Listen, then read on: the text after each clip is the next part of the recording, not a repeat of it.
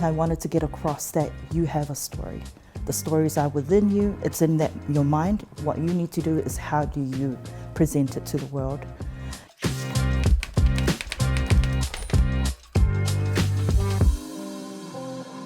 Whakalofalahi atu ka mtuluosi kua kisikisi mahi maa honei ki ngā haku ko Inangaro Vakaafi, hau he motuku niwe, no fuke maangu Wellingtoni.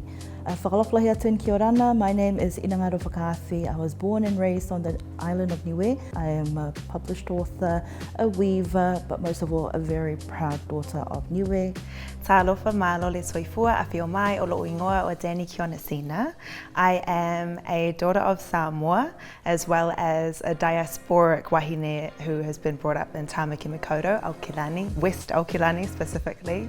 And I'm here today to talk about being a writer, an artist and a kaiako with the Pōkai Tuhi program. I think it took me a really long time to actually call myself that and to be empowered as a storyteller. And in terms of how I made my way here, I think that I've always been a storyteller qualified by whakapapa. How did you find your way to being a writer? So I credit it to my mother because she was very big on getting us to write, getting us to read. Even though we didn't have many libraries on island, we always had aunties in New Zealand who would send us books. But as you said, storytelling is just everyday life. We tell it through our dances, we tell it through our songs. Naturally, we're storytellers. And when we talk about being a writer or an author, that's when you get published. But I've always been a storyteller. How did you end up in the Pōkai Tuhi program? Because remember, this was the pilot, being part of the first group. What was that experience like for you? I was just stoked to be in the presence of these other inspiring, much more established writers. And what was surprising about it was that the relationships were so reciprocal and we all did have something insightful to offer each other. To meet my storytelling brothers and sisters and people who became tuakana to me, it changed my life. It really did, and it has meant that I'm sitting here now. It means that I'm at a school every other week. Yeah, it was an amazing opportunity. But what was your school visit like? Because that was part of the program. Like, how did you feel? Did you feel prepared going into that space? I just think children are magical beings who see the world often actually a lot more clearly than we do.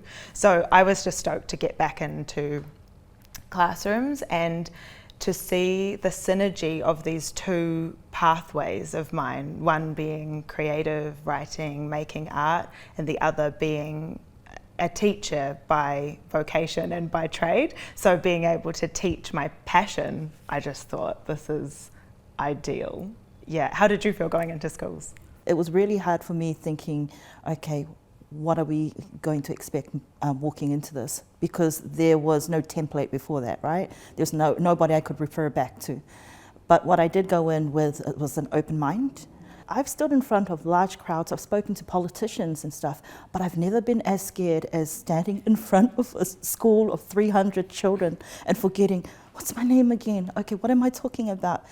But it was just amazing to see, you know, the different sizes of the schools, the different ways that we were able to show up. I think I wanted to get across that you have a story. The stories are within you, it's in your mind. What you need to do is how do you present it to the world. And we can show you one way. One way of you being able to tell that story is to write it in your own words.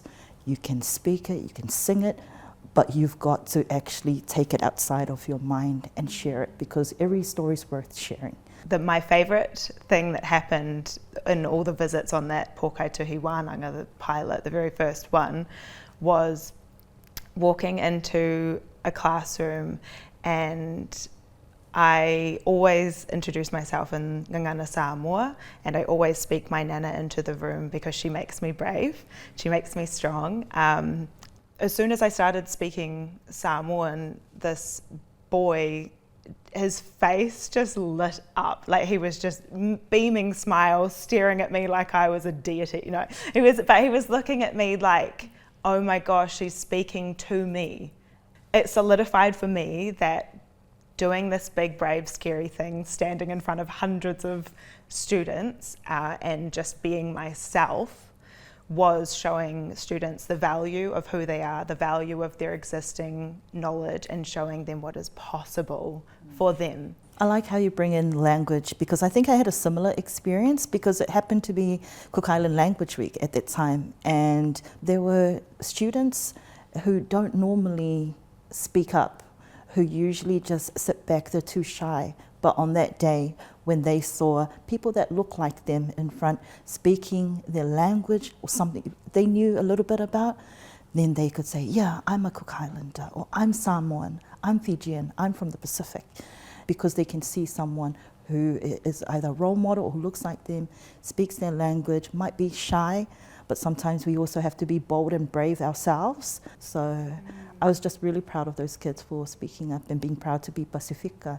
Sometimes students are disengaged with writing and reading because the things that they're asked to tell stories about, or the stories that they're asked to read, are not personally meaningful, they're not relevant, they're not solving problems that make sense for their lives. But I think that we really served as an example of, when you're writing something that means a lot to you, it suddenly becomes this tool. I also think that writing and reading can be a way of reimagining worlds and literally actively recreating them for the better. So I think for children, for them to be empowered to access other worlds and to imagine other worlds, I think is transformative. The overall impact that I'd like to have being part of this program, going into the schools, is like planting a seed in the minds of our young ones that they are able and capable to do anything that they put their minds to, and that their story is important and it's worth telling. I get really excited at the thought of using books to store our ancestral knowledge and to make our communities easier to find. We are so diverse. Our experiences, our identities, our languages are on this huge and ever-evolving spectrum. So I think that what I would like to see is for young people to empower themselves and empower each other to amplify their voices, because the person who is most qualified to tell their story is themselves. And sometimes I feel that in the mainstream world we're lumped as Pacific, but I'd like us to stand on our own. We've got stories from Samoa, Tonga, Niue, Cook Islands. So I want to see representation. I want to see the libraries filled with books so people can understand a little bit more about our lived experiences. And that's why I think we need more of our people out there writing. We're really good at doing the performing arts, but now we also need to document so we can leave something behind. I want our stories to be easier to find. Like you say, you know, we go into some libraries and the Pacific collection is really, really little. It's too small, and it's too small to encapsulate the complexity, the wholeness of our experiences. It would have been really nice had I been able to have this type of opportunity when I was in school. We didn't have the opportunities to have authors come into schools.